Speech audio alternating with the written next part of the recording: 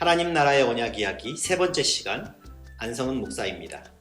우리는 지금까지 하나님 나라가 시작되었고 그 안에 우리를 하나님 나라의 청지기로 부르셔서 세상을 다스리게 하셨다는 사실을 살펴보았습니다.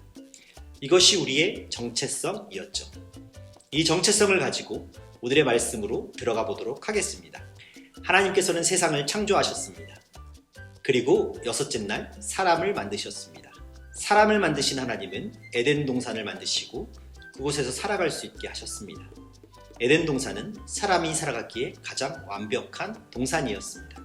하나님께서는 사람에게 하나님의 성품을 심어 주셨고 하나님과 교제하기 위한 모든 것을 더하여 주셨습니다. 또한 창조하신 모든 것을 다스리게 하셨죠. 아담과 하와는 하나님 나라의 청지기로 에덴 동산에서 모든 만물을 다스리는 중요한 역할을 감당하게 됩니다.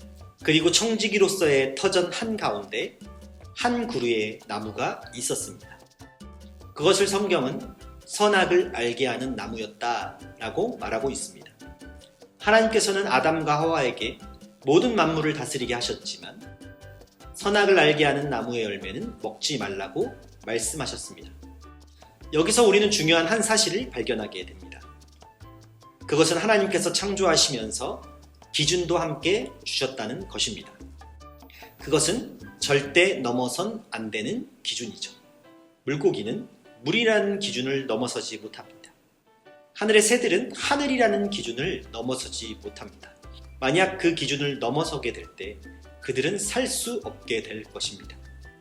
여기서 우리는 기준을 넘어서게 될 때 살아갈 수 없음과 더불어 무질서가 초래된다는 것을 우리는 생각해 볼 수 있습니다. 이렇게 하나님이 정해주신 기준, 그 기준이 없어질 때 무질서가 찾아오게 되면 그 세상은 아름답지 못한 세상이 됩니다.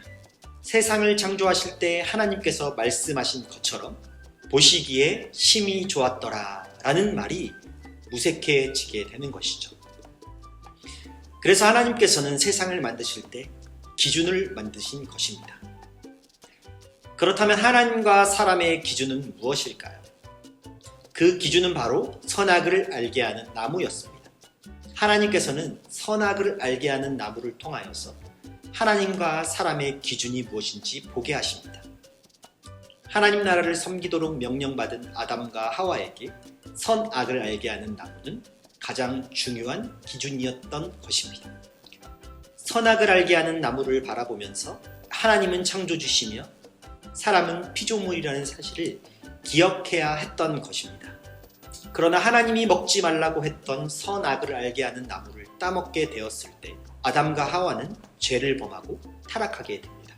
이렇게 하나님이 설정해 놓은 기준을 어기는 것은 하나님 말씀에 불순종하는 것이며 결국 타락에 이르게 합니다. 그리고 그 결과로 아담과 하와는 정령 죽으리라 라는 말씀대로 죽음을 피할 수 없게 됩니다. 이처럼 하나님의 기준을 어기고 선을 넘어 스스로 기준을 만들고자 하는 모습과 노력과 또 그 생각과 모든 말들은 죄라는 사실을 우리는 잊지 말아야 할 것입니다. 그렇다면 하나님의 기준은 어떻게 알 수 있을까요? 바로 하나님의 말씀을 통해 알 수 있습니다.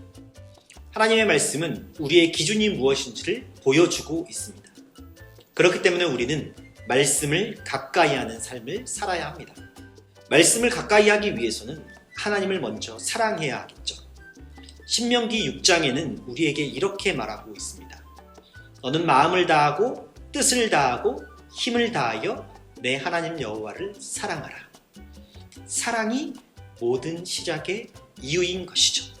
그 사랑이 동기 유발되어 우리는 이 말씀을 우리의 마음에 새겨야 하며 또한 그것을 내 손목의 기호와 미간의 표로 삼아야 한다는 것이죠.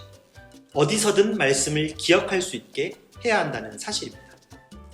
하나님의 말씀을 매일 가지고 다닌다 하더라도 그것을 보지 않는 것은 의미가 없는 것이죠. 말씀에서 말하고 있는 것처럼 말씀을 사랑하고 항상 기억하며 되새기는 삶의 모습이 우리 신자에게 필요한 삶의 모습인 것이죠. 성도님들, 우리는 에덴 동산의 선악을 알게 하는 나무를 통하여서 하나님이 우리의 창조주 되시며 우리는 그의 피조물 된다는 사실을 살펴보았습니다. 이것은 하나님이 정해놓은 기준을 잊지 말라는 사실입니다. 여러분의 삶의 기준은 무엇입니까?